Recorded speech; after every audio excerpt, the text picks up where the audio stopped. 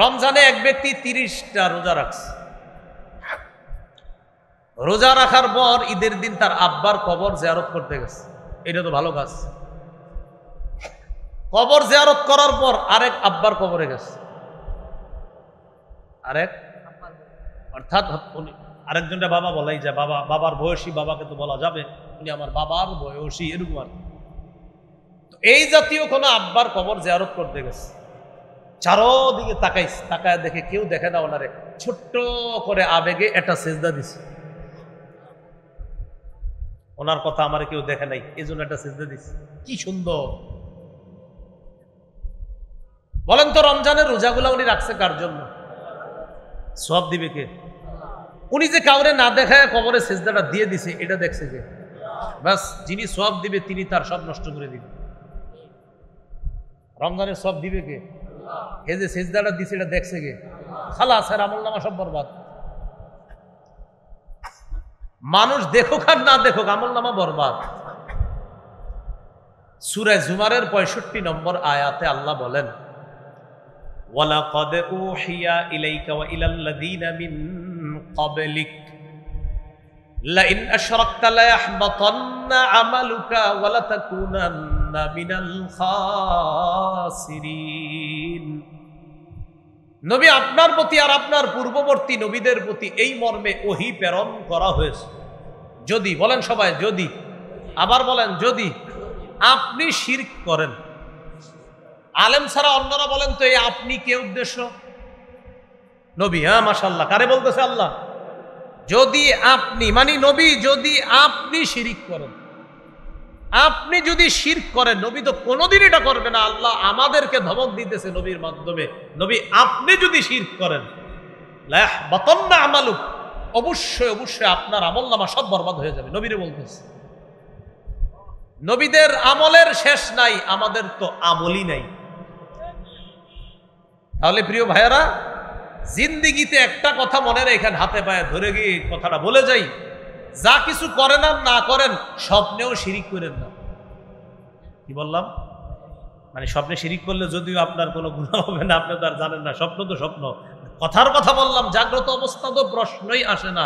আল্লাহরে বলবেন, আল্লাহ স্বপ্নেও যেন শিরিক না করি। সহিহ বুখারীর 1237 নম্বর হাদিস, ছোট হাদিস। কিতাবুর রিকাক বা কোমল হওয়া অধ্যায় বুখারীতে হাদিসটা আসছে অনেক বড় করে, একই হাদিস, এক জায়গায় ছোট আর এক জায়গায় বড় করে আসছে। চাঁদের রাতে আল্লাহ রসুল হাঁটতেছে সাল্লাল্লাহু আলাইহি ওয়াসাল্লাম, তার আরেক সাহাবী দূর দিয়ে হাঁটতেছে। কল্পনায় আনেন, একদিক দিয়ে আল্লাহ রসুল হাঁটতেছে, আরেক দিক দিয়ে তার সাহাবী হাঁটতেছে। তো সাহাবী দেখতেছে নবী হাঁটতেছে। সাহাবী বলতেছে, আমি মনে করলাম নবীজি একা হাঁটাটা পছন্দ করতেছে, থাক একাই হাঁটুক, তাই আমি নবীর কাছে যাইতেছি না। ফালতাফাতা ইলাইয়া, নবী আমার দিকে হঠাৎ তাকাইলেন। তাকানোর পর আমার দিকে তাকায় বললেন, মান, এই কে? এরকম বললেন। আমরা এরকম দেখবেন অনেক সময় থাকে, রাত্রে আপনি পুকুরের পাড়ে হাঁটতেছেন, কেউ নাই, হঠাৎ একজনে দেখছেন, কে? আব্দুর রহমান নাকি? এরকম বলি না আমরা? তো নবীজি বলতেছেন, মান, এই কে? তো সাহাবী বলতেছে, আনা হুজুর, আমি। ও আচ্ছা, তাল তাল, আরে এদিকে আসো, হাদিসে আসছে, তাল এদিকে আসো। সাহাবীরে কাছে আনছে। এতক্ষণ ছিলেন দুইজন দূরে দূরে, এবার কাছে আইনা নবীজি বলতেছে, আরে আমার সাথে হাঁটো। এবার পাশাপাশি সাহাবীরে নিয়ে আল্লাহ রাসূল সাল্লাল্লাহু আলাইহি সাল্লাম হাঁটতেছে। বিসমিল্লাহ। আল্লাহুম্মা লাকাল হামদু ওয়া লাকাশ শুকর। রাসূলুল্লাহ সাল্লাল্লাহু আলাইহি সাল্লাম তার সাহাবীকে নিয়ে যখন হাঁটছিলেন, হাঁটতে হাঁটতে নবীজি তারে বুঝাইতেছে, শোনো, এটা মনে রাখবা, ওটা মনে রাখবা। এক পর্যায়ে বললেন, ইন্নাল মুকসিরিনা হুমুল মুকিল্লুনা ইয়াউমাল কিয়ামা, বেশি সম্পদশালীরা কিয়ামতের ময়দানে সওয়াব হবে কম, তবে ওই সম্পদশালীদের সওয়াব কম হবে না যাদেরকে আল্লাহ দুনিয়াতে সম্পদ দিছে, তারাও দেদারসে দান করছে, সদকা করছে। দুনিয়াতে তারা সম্পদেও যেমন বেশি, আখিরাতে সওয়াবেও বেশি হবে। এই কথা বলতে বলতে এক জায়গায় গিয়ে নবীজি বলেন, এই থামো, তুমি আর যাইবা না। হুজুর, হ্যাঁ তুমি যাবা না, এবার শুধু আমি যাবো, তুমি এখানে থাকো। সাহাবীকে আল্লাহ রাসূল বললেন, আমি আসার আগ পর্যন্ত তুমি এখান থেকে নড়বা না, আমার যা হবার হবে, তুমি কিন্তু নড়বা না এখান থেকে। ঠিক আছে। সাহাবিকে এক জায়গায় বসায় গেলেন, নবীজি চলে গেলেন। সাহাবি তাকিয়ে আছে এইভাবে, নবীজি কোথায় যেন যাইতেছে। হঠাৎ যাইতে যাইতে যাইতে যাইতে আর দেখা যায় না নবীজি, কোথায় যাইতেছে দেখা যাইতেছে না। রাতের বেলা রসুল অন্ধকারে হারিয়ে গেলেন। সাহাবি বলেন এক পর্যায়ে আমি আর দেখতেছি না, লাবিসা আন্নি ফাতালা লুবসা, রসুল আমার কাছ থেকে লম্বা সময় দূরে রইলেন, আমি নবীরে দেখতেছি না, কোথায় গেছে। হঠাৎ বিকট একটা আওয়াজ আসছে, কিছু একটা আসমান থেকে পড়ছে। আমার মনে হলো এত ভয়ঙ্কর আওয়াজ, বিকট শব্দ যখন আমি শুনলাম আমি ভয় পেয়ে গেলাম। আল্লাহ রসুলের কোনো বিপদ হলো না তো? ভয় পেয়ে গেছি। আমি উঠলাম, রওনা করবো, নবীর কাছে যাব। ওই মুহূর্তে মনে পড়ছে, শোনো, যা হবার হবে, নরবানা। এটা যখন মনে পড়ছে আমি বসে রইছি, আর নড়ি না। একদিক দিয়ে পেরেশানি কাজ করতেছে, নবী আসে না কেন? আরেক দিক দিয়ে পেরেশানি, নবীর কোনো বিপদ হলো কিনা। আপনারাই বলেন, এরকম এক আওয়াজ শোনার পর কিভাবে নিশ্চিত থাকতে পারে? অপেক্ষায় আছি, তাকায় রইছি, তাকায় আছি। হঠাৎ দেখি কেউ একজন আমার দিকে আসতেছে। আস্তে আস্তে স্পষ্ট হলো আল্লাহর রসুল আমার দিকে আসতেছে। নবী যখন আমার দিকে আসতেছে, আমি তাকায় দেখলাম আল্লাহ রসুল কোন একজনের সাথে কথা বলতেছে। আশ্চর্যের বিষয় হলো, যার সাথে কথা বলতেছে তারে দেখা যায় না, কিন্তু নবী যে আরেকজনের সাথে কথা বলতেছে এটা বোঝা যাচ্ছে, কিন্তু প্রতিপক্ষটাকে এটারে দেখতেছি না আমি। নবীজি একটা বলে, প্রতিপক্ষ জবাব দেয়, আবার বলে তো তিনি জবাব দেয়। একটু বুঝতেছি কথাবার্তা চলতেছে, কার সাথে বলতেছে এটা দেখতেছি না। নবীজি আমার কাছে আসলেন। আসার পর আমি নবীজির বললাম, হুজুর শুনছো আওয়াজটা? জি। ও, ভয়ের কিছু নেই। এই আওয়াজটা হলো জিবরিল আজকে একটু অন্যভাবে আসছিল দুনিয়াতে। বিকট যে আওয়াজটা শুনছো এটা জিবরিল আমিন আসার আওয়াজ। ঠিক আছে হুজুর, বুঝলাম। আপনি আসার সময় কার সাথে কথা বলতেছিলেন? ও আচ্ছা, তুমি আসার সময় যে যার সাথে কথা বলতে দেখলা, এটাও জিবরিলের সাথে কথা বলতেছিল। হুজুর কি বলতেছিলেন? জিবরিল আমারে বলছে, বাশির উম্মাতাকা আন্নাহু মান মাতা মিন উম্মাতিকা ওয়া হুয়া লা ইউশরিকু বিল্লাহি শাইআ দাখালাল জান্নাহ। নবী আপনার উম্মতকে সুসংবাদ জানায়া দেন, যারা এমন অবস্থায় মারা যাবে, আল্লাহর সাথে সে শিরক করে না, অংশীদার সাব্যস্ত করে না, এমন উম্মতদেরকে জানা দেন, সরিষার দানা পরিমাণ ঈমানও যদি থাকে, একদিন না একদিন এই ব্যক্তি আল্লাহর জান্নাতের মেহমান হয়ে যাবে।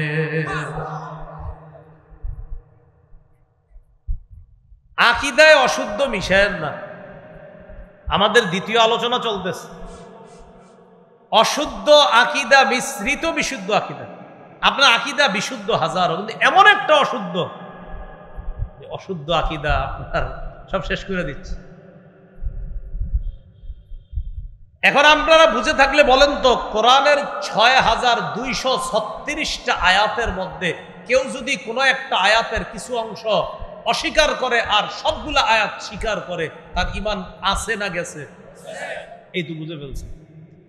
৬,২৩৫টা আয়াতের উপর একজনের বিশুদ্ধ আকীদা, মানে উনি বিশ্বাস করে।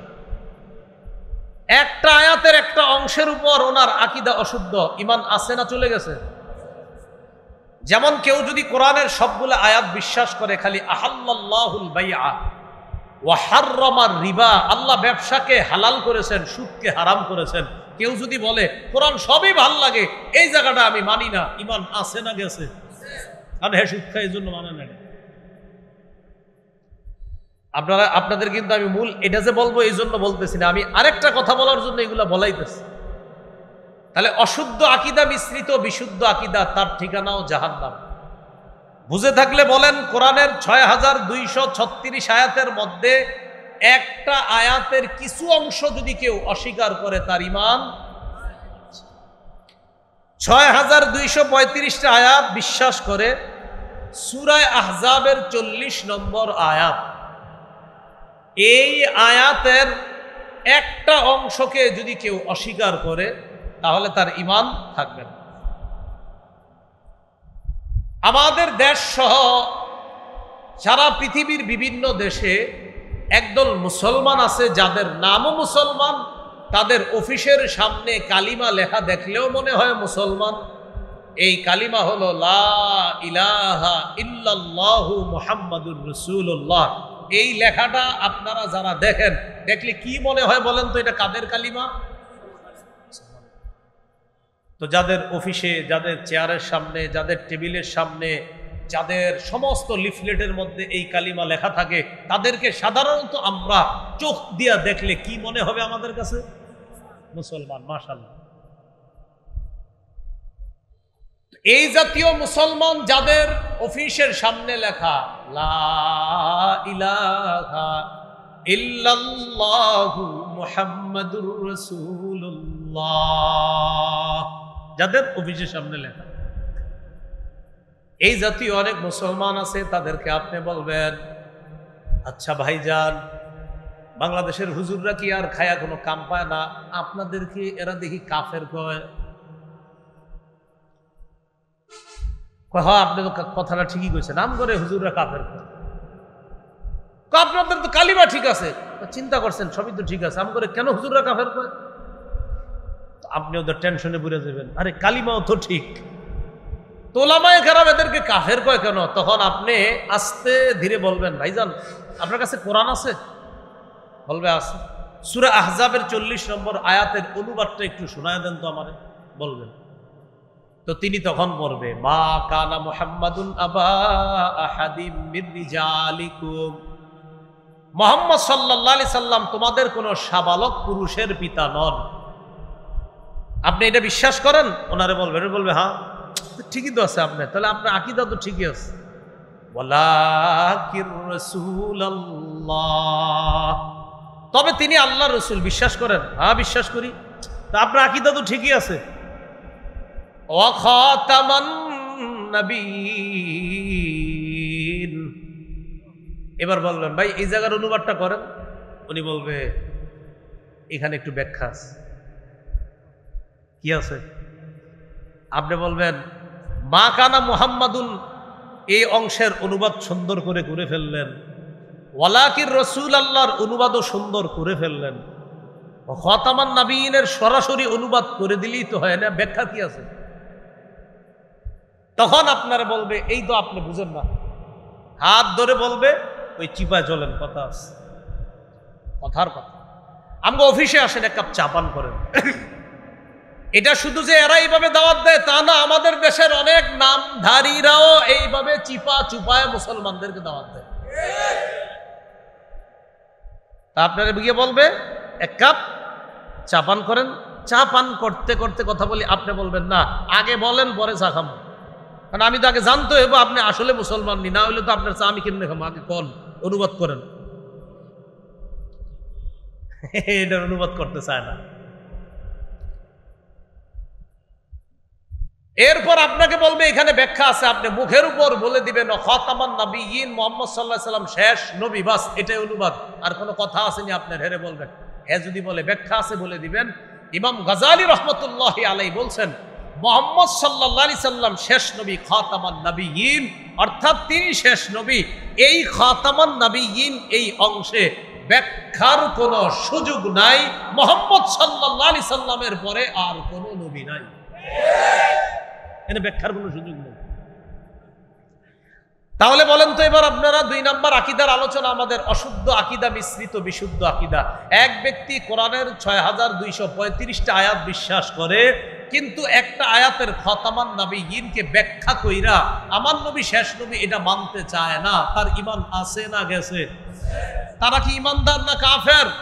তাদেরকে যারা কাফের বলবে না তারাও কাফের। সোজাই এটা শানের রিসালাত, মুহাম্মদ সাল্লাল্লাহু আলাইহি সাল্লামের শান মান হেফাজত।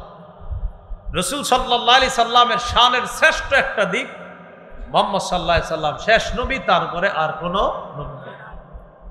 সহিহ বুখারীর বর্ণনা 3535 নম্বর হাদিস। এই হাদিসের মধ্যে আসছে ক্বালা রাসূলুল্লাহ সাল্লাল্লাহু আলাইহি ওয়াসাল্লাম ইন্না মাসালি ওয়া মাসালাল আমবিয়াই মিন ক্বাবলি কামাসালি রাজুলিন বানা বাইতা ফাআহসানাহু ওয়া আজমালাহু ইল্লা মাওদিআ লাবিনাতিন ফি যাবিয়া রাসূলুল্লাহ সাল্লাল্লাহু আলাইহি সাল্লাম বলেন, আমার দৃষ্টান্ত আর আমার পূর্ববর্তী নবীদের দৃষ্টান্ত হলো এমন এক ব্যক্তির মতো, যেই ব্যক্তি একটি ঘর বানিয়েছে, সুন্দর করে ঘরটা সাজিয়েছে, ঘরের কোনায় একটা ইটের জায়গা ফাঁকা রাখছে। বলেন তো আপনারা, ইটের জায়গা বাকি রাখলে ঘর সমাপ্ত না অসমাপ্ত?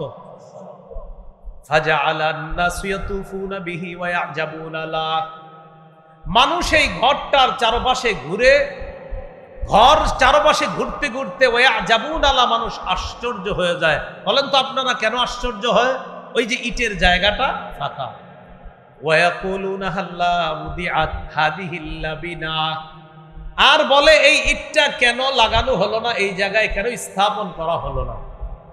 فقال رسول الله صلى الله عليه وسلم فانا اللبنه وانا خاتم النبيين لا نبي بعدي। নবীজি বলেন, আদম থেকে ঈসা নবী পর্যন্ত নবুয়তের ঘর আল্লাহ সাজিয়েছেন। এই ঘর সাজানোর পর একটা ইটের জায়গা ফাঁকা রেখেছেন, অর্থাৎ একজন নবী আসা বাকি। মুহাম্মদ সাল্লাল্লাহু আলাইহি সাল্লাম বলেন, আমি হলাম সেই ইট, আমার মাধ্যমে নবুয়ত নামক এই ঘরের সৌন্দর্যের সমাপ্ত আল্লাহ করে দিয়েছেন। আনা খাতামুন নাবিয়্যিন লা নাবিয়্যা বা'দি। নবী বলেন, আমি শেষ নবী, আমার পরে আর কোন নবী হবে না। বলেন তো কি বলছি? আমার পরে আর কোন নবী হবে না। বলেন এই কথাটা বলেন, আমার পরে, বলেন আমার পরে আর কোন নবী হবে না। এটা কয়েকবার বলেন, আর কোন নবী হবে না, এটা বলেন। এটা কেন বলাইছি? এটা যদি না শিখে নেন আরেকটা ধোঁকাবাজি আছে। কি বললাম? নবীজি বলছে আমার পরে আর কোন নবী হবে, এই হবে না কেন শিখাইছি জানেন? ওই যে ধোঁকাবাজ যারা, এরা আপনারে বলবে মুহাম্মদ সাল্লাল্লাহু আলাইহি সাল্লামের পরে আরেকজন নবী তো আসবে। তখন আপনি চিন্তা করেন, কে? বলে ঈসা নবী না আসবে? তখন আপনি বললেন, হ্যাঁ ঈসা নবী তো আসলে আসবে। তাইলে তখন বলবে কি, ঈসা নবী যেহেতু আসবে, তোমার কথা আর সঠিক রইল না, মুহাম্মদ সাল্লাল্লাহু আলাইহি সাল্লামের পরে নবী আসবে না, অতএব অমুক এলাকার গুরুদাসপুরের মির্জা নামক অমুক উনিও নবী হিসাবে আসার সম্ভাবনা আছে। না, আপনি বলবেন চান্দু, ধোঁকা দেওয়ার সুযোগ নাই। কি দেওয়ার সুযোগ নাই? বলেন আমার সাথে, নবীর পরে আর কোন নবী হবে না। ঈসা নবী আমাদের নবীর আগের নবী, তিনি দুনিয়াবি বিধান মৃত্যুবরণ করা এটা এখনো করেননি। দুনিয়ার এই বিধানটা বাস্তবায়নের জন্য কিয়ামতের আগে ঈসা নবী দুনিয়াতে আসবেন। তবে মনে রাখতে হবে, ঈসা নবী নবুয়ত পেয়েছে আমাদের নবীর আগে। ঈসা নবী আমাদের নবীর আগের নবী। আমাদের নবীর মাধ্যমে নবুয়তের দরজা বন্ধ করে দেওয়া হয়েছে। আমাদের নবীর পরে নতুন করে কেউ নবুয়ত পাবে না, নতুন করে কেউ নবী হবে না। ঈসা নবী কিয়ামতের আগে আসবে,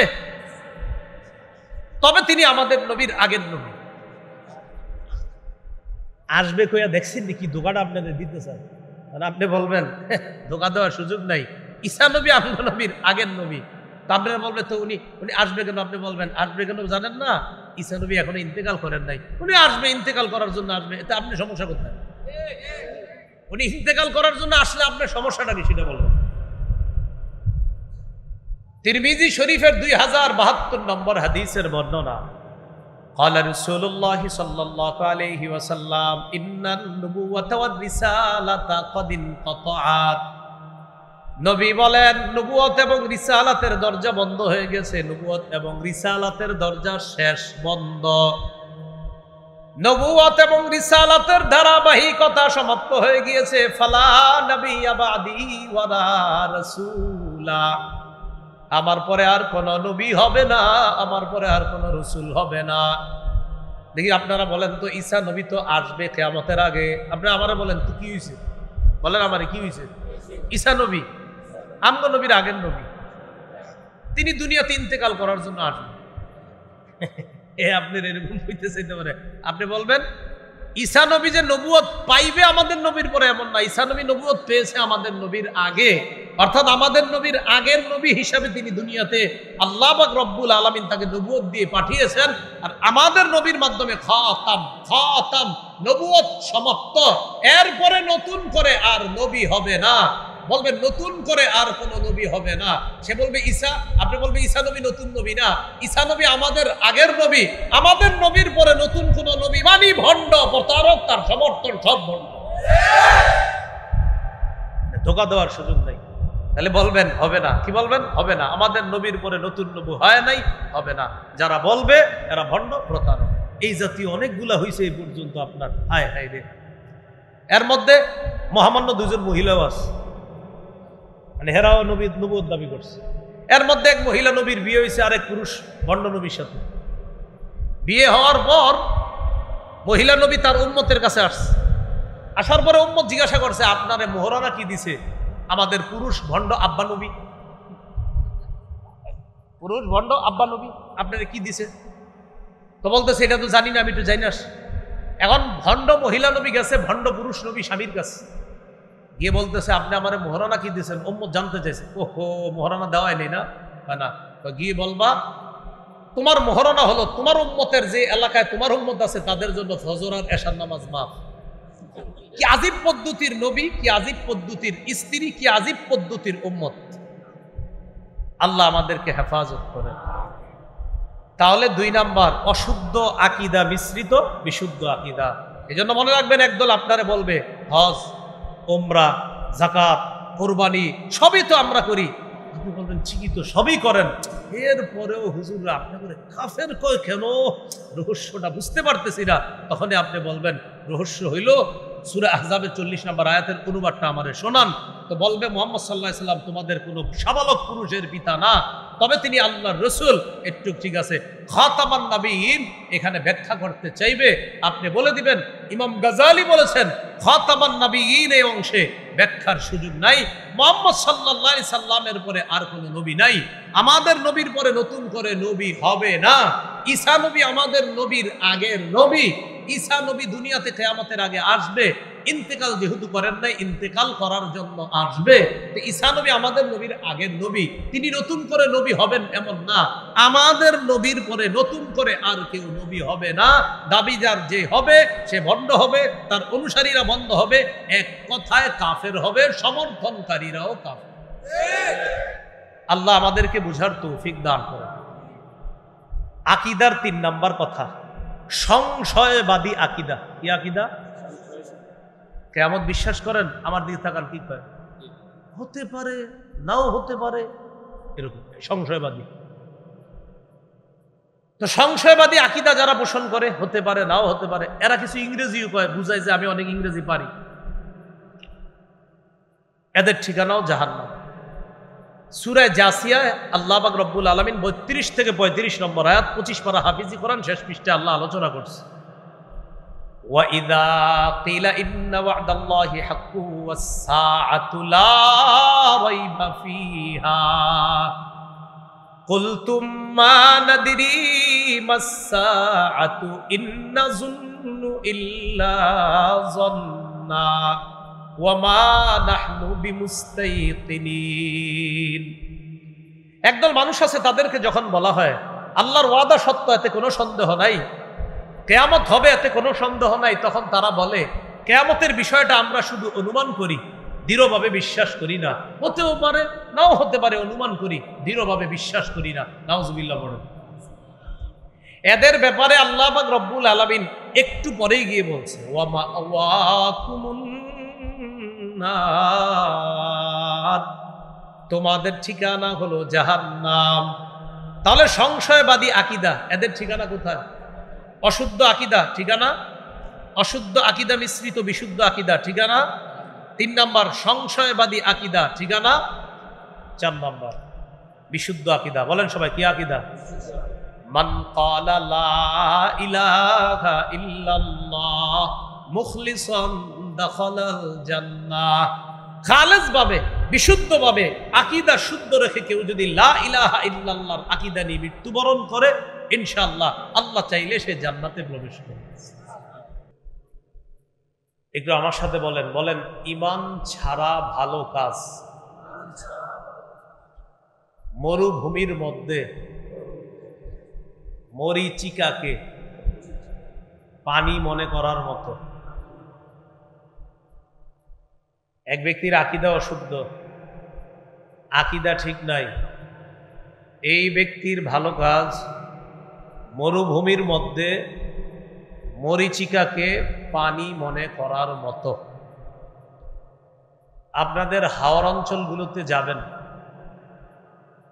যাওয়ার পর যখন পানি না থাকে, পানি না থাকা অবস্থায় হাওয়ারের এক পাশ থেকে আরেক পাশে তাকাবেন, লম্বা মাইলের পর মাইল, ঘর বাড়ি নাই, এইভাবে দূর থেকে তাকাইবেন আর প্রচন্ড রৌদ্রের মধ্যে আপনার পিপাসা লাগছে। এখন আপনার মনে হবে সামনে পানি আছে, একটু পানি পান করব। হাওরে তাকাইছেন, পানি কই? ওই যে দূরে চিকচিক করতেছে পানি। পিপাসা নিয়ে আপনি পানির কাছে গেছেন পানি পান করার জন্য, কাছে গিয়ে দেখেন না, এটা তো পানি না, দূর থেকে আমার চোখে চিকচিক কিছু একটা দেখছি। ওই যে চিকচিক যেটা দেখছেন এটা হলো মরীচিকা। বলেন কি? তাহলে মরীচিকাকে পানি মনে করছেন, আসলে কি পানি? ঈমান ছাড়া অশুদ্ধ আকীদা নিয়ে কেউ হাজারো ভালো কাজ যদি করে, মরণের পর তার ওই ভালো কাজ মরীচিকাকে যেমন পানি মনে হয়েছে, তার ওই ভালো কাজ মনে হবে অনেক কিছু আসলে মরীচিকা। আর মরীচিকা মানে কিছুই না, তার এই ভালো কাজ কিছুই না। আল্লাহ পাক রব্বুল আলামিন সূরা নূরের মধ্যে বলেন, ওয়াল্লাযীনা কাফারু আ'মালুহুম কাসারাবিম বিতিআতি ইয়াহসাবুহুজ যামআনু মা। যারা কাফের তাদের আমলের দৃষ্টান্ত, ভালো কাজের দৃষ্টান্ত কাসারাবিম বিতিআহ, মরুভূমির মধ্যে মরীচিকার মতো। ইয়াহসাবুহুজ যামআনু মা, যেই মরীচিকাকে পিপাসার্ত ব্যক্তি পানি মনে করে। হাত্তা ইযা জাআহু লাম ইয়াজিদহু শাইআ, মরীচিকাকে পানি মনে করে পিপাসার্ত ব্যক্তি যখন দৌড়ায় পানির কাছে যায়, যাওয়ার পর আর কিছুই পায় না। তাহলে ঈমান ছাড়া অশুদ্ধ আকীদা নিয়ে হাজারো ভালো কাজ করলে মনে হবে আমি যা করেছি, আপনি বলে দিবেন আপনি মরীচিকা করছেন। বলবে মানে, বলবেন আপনি কিছুই করেন নাই। ওই মরুভূমিতে তাকান, হাওয়ারে তাকান, দেখছেন চিকচিক করে? কয় হ্যাঁ, ওই চিকচিক যেমন পানি না, আপনার হাজারো ভালো কাজ ভালো কাজ না, কারণ আপনার তো ঈমান নাই। তাহলে কি শিখলাম আমরা? আমরা প্রথমে শিরোনাম 4টা শিখছি। প্রথম শিরোনামটা অশুদ্ধ আকীদা। অশুদ্ধ আকীদায় আবার একটা উদাহরণ শিখলাম যে অশুদ্ধ আকীদা নিয়ে ভালো কাজ করা মরুভূমির মধ্যে মরীচিকাকে পানি মনে করার মতো। এবার আরেকটা উদাহরণ শিখি আমরা। বলেন অশুদ্ধ আকীদা নিয়ে ভালো কাজ করা, ঈমান ছাড়া ভালো কাজ করা, প্রচন্ড ঝড়ের দিনে, প্রবল বাতাসে, ছাইয়ের মতো। কিসের মতো? ঈমান ছাড়া ভালো কাজ প্রচন্ড ঝড়ের দিনে, প্রবল বাতাসে, ছাইয়ের মতো। এখন আপনারা বলেন তো, এই মাঠের মধ্যে আমরা যদি কিশোরগঞ্জের সমস্ত ছাইগুলা না এখানে জমা করি, প্রচন্ড ঝড় আবার প্রবল বাতাস, ছাইগুলা থাকবে, কি হবে? ঈমান ছাড়া ভালো কাজ প্রচন্ড ঝড়ের দিনে প্রবল বাতাসে ছাই রাখলে যেমন ছাই থাকে না, ঈমান ছাড়া হাজারো ভালো কাজ করলে এই ভালো কাজ থাকে না। সূরা ইব্রাহিমের 18 নম্বর আয়াতে আল্লাহ বলেন, মাথালুল লাযীনা কাফারু বিরাব্বিহিম আ'মালুহুম কারামাদিন ইশতাদ্দাত বিহির রিহু ফি ইয়াউমিন আসিফ। মাথালুল লাযীনা কাফারু বিরাব্বিহিম আ'মালুহুম কারামাদ, যারা তাদের রবকে অস্বীকার করে তাদের দৃষ্টান্ত হলো কারামাদ, আমালুহুম মাসালুল্লাযীনা কাফারু বিরাব্বিহিম আমালুহুম, তাদের আমলের দৃষ্টান্ত কারামাদ, ছাইয়ের মতো। কেমন ছাই? ইশতাদ্দাত বিহি রিহ, যেই ছাইকে প্রবল বাতাস প্রবল বেগে উড়িয়ে নিয়ে যায়। কবে? ফি ইয়াউমিন আসিফ, প্রচন্ড ঝড়ের দিনে। প্রচন্ড ঝড়ের দিনে ছাইকে প্রবল বাতাস যেমন উড়িয়ে নিয়ে যায়, ঈমান ছাড়া হাজারো ভালো কাজ যদি কেউ করে তো মনে করতে হবে আমি আমার এই হাজারো ভালো কাজ প্রচন্ড ঝড়ের দিনে প্রবল বাতাসে রাখলাম, আর ওই বাতাস সব উড়ায় নিয়ে গেল, আমি শূন্য হয়ে গেলাম। এবার আরেকটা দৃষ্টান্ত নেই, চলেন বলেন। ঈমান ছাড়া ভালো কাজ, অদেখা, উড়তে থাকা, বিক্ষিপ্ত ধুলি কণার ন্যায়। আবার বলেন, ঈমান ছাড়া ভালো কাজ, না দেখা, উড়তে থাকা, বিক্ষিপ্ত ধুলিকণার ন্যায়। এই যে আমরা এখন এদিকে তাকাইলে দেখেন কোনো ধুলিকণা দেখতেছি না, কিন্তু আসলে ধুলিকণা আছে। এগুলা সাধারণত দেখবেন কবে যাবেন? শীতকালে টিনের ঘরের ছিদ্র দিয়ে একটা রৌদ্র আসে, দেখবেন চিকুন করে। এই রৌদ্রের মধ্যে কি জানি চিক চিক চিক চিক করে, আসলে কিন্তু পুরা ঘরে, শুধু রৌদ্রে না, পুরা ঘরেই উঠতেছে, কিন্তু আমরা দেখতেছি খালি ওইটা।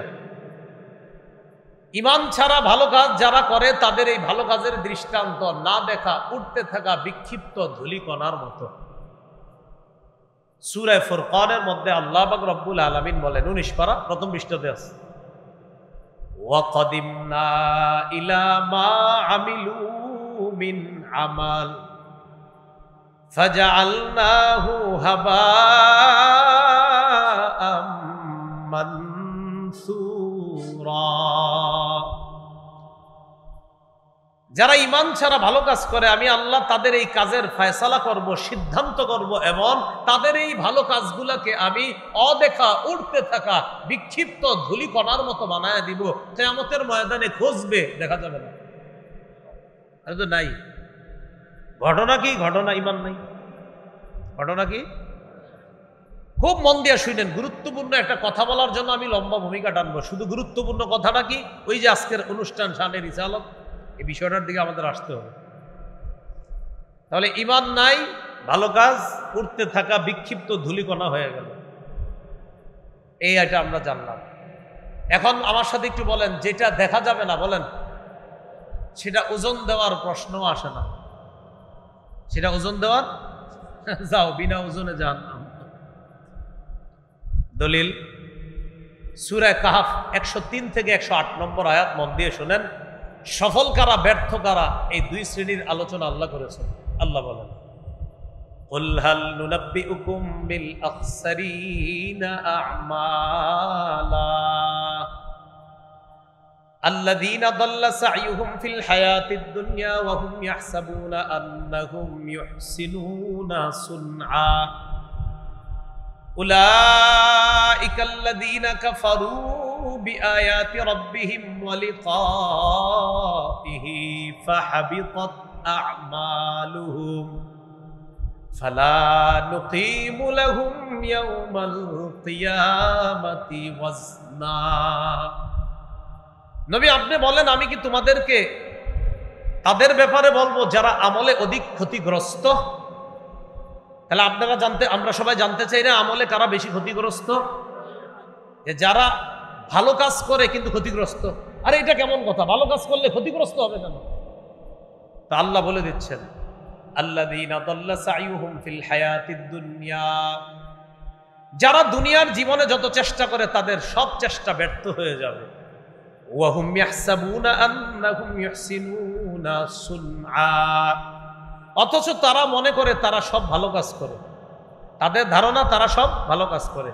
যেমন আপনারা অনেকে ট্যাটু আঁকেন হাতের মধ্যে, কেন তার ট্যাটু হাতে আঁকেন কেন? হুজুর অমুকে আপনার তার ঈমান না থাকলেও সে ইহুদি হইলেও সে কিন্তু মুসলমানদেরকে এই সহযোগিতা করে। আচ্ছা তাই নাকি? হ্যাঁ। আর অমুককে কেন ওনার ট্যাটু হাতে আঁকেন কেন? ফেসবুকে স্ট্যাটাস দেয়, তাকে আমার যেই কারণে ভালো লাগে, এইগুলা লেখা স্ট্যাটাস দেয় ফেসবুকে, আবার হাতে ট্যাটু ইত্যাদিও আঁকে, আর ভাবে সে ভালো কাজ করছে। আরে তারাও ভাবে তারা ভালো কাজ করছে, আমাদের দেশের মুসলমান অনুসারীরাও ভাবতেছে এরা ভালো কাজ করছে। আল্লাহ কি কয় দেখেন, আল্লাহ কয় এরা মনে করে ভালো কাজ করছে, কিন্তু এদের ভালো কাজের এরা অধিক ক্ষতিগ্রস্ত। কয় কেন জানো? উলাইকাল্লাযীনা কাফারু বিআয়াতি রাব্বিহিম ওয়া লিকাইহি ফাহাবিতাত আমালুহুম। তারা তাদের রবের আয়াতগুলা অস্বীকার করেছে, রবের সাথে সাক্ষাৎকে অস্বীকার করেছে, ফলে তাদের যত ভালো কাজ হাবিতাত সব নষ্ট হয়ে যায়।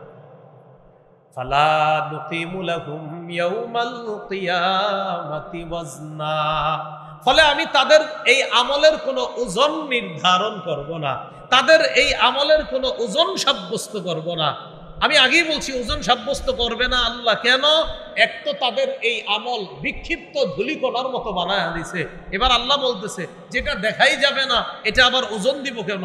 তাই বলতেছে ফালা নুকিমু লাহুম ইয়াউমাল কিয়ামাতি ওয়াজনা। তাদের এই ভালো কাজের কোনো ওজনই সাব্যস্ত করব না, কারণ ঈমান নাই। কি নাই বলেন? ঈমান নাই। এই কথাটা সূরা আলী ইমরানের 21-22 নম্বর আয়াতে আল্লাহ বলছেন। আল্লাহ পাক রব্বুল আলামিন বলেন, ইন্নাল্লাযীনা ইয়াকফুরুনা বিআয়াতিল্লাহ ওয়া ইয়াকতুলুনান নাবিয়্যিনা বিগাইরি হাক্কিন ওয়া ইয়াকতুলুনাল্লাযীনা ইয়া'মুরুনা বিল কিসতি মিনান নাস ফাবাশশিরহুম বিআযাবিন আলীম। উলাইকাল্লাযীনা হাবিতাত আ'মালুহুম ফিদ দুনিয়া ওয়াল আখিরাহ। যারা আল্লাহর আয়াতকে অস্বীকার করে, যারা নবীদেরকে অন্যায়ভাবে হত্যা করে, যারা তাদেরকে হত্যা করে, যারা মানুষকে ন্যায়ের আদেশ করে, ফিলিস্তিনের মুসলমানদেরকে যেই সমস্ত ইহুদিরা হত্যা করেছে, আর তারা অন্যদেরকে বলে আমরা তো অমুক অমুক ভালো কাজ করি, সমস্যা কি ভালো কাজ করলে?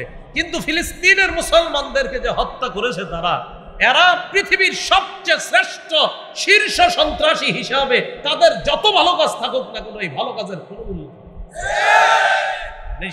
সন্ত্রাসী এরা, ইহুদিরা ফিলিস্তিনের মুসলমানদেরকে হত্যা করছে, ইসরায়েলের ইহুদিরা। কয়েকদিন পরে পরে এরা এগুলো আর দুনিয়াবাসীর অনেক সময় বুঝায় এই কাজ ওই কাজ। সমস্ত কুফরি শক্তিগুলা এক, মনে রাখবেন। এরা মাঝে মাঝে বুঝাবে আমরা অনেক ভালো কাজ করি, এটা মনে রাখবেন। কোন বেঈমান যদি ভালো কাজ করে একবারও মনে রাখবেন এটার ভিতরে ওর কোনো ষড়যন্ত্র লুকিয়ে আছে, সে আপনার পিছনে বিরোধিতা করতেছে। তো আল্লাহ বলে যারা তাদেরকে হত্যা করে, যারা মানুষকে ন্যায়ের আদেশ করে, ফাবাশশিরহুম বিআযাবিন আলীম। নবী আপনি তাদেরকে যন্ত্রণাদায়ক শাস্তির সুসংবাদ জানায়া দেন। উলাইকাল্লাযীনা হাবিতাত আ'মালুহুম ফিদ দুনিয়া ওয়াল আখিরাহ। এরা তারা যাদের দুনিয়া আখেরাতে আমল নামা বরবাদ, যত ভালো কাজ করবে সব বরবাদ।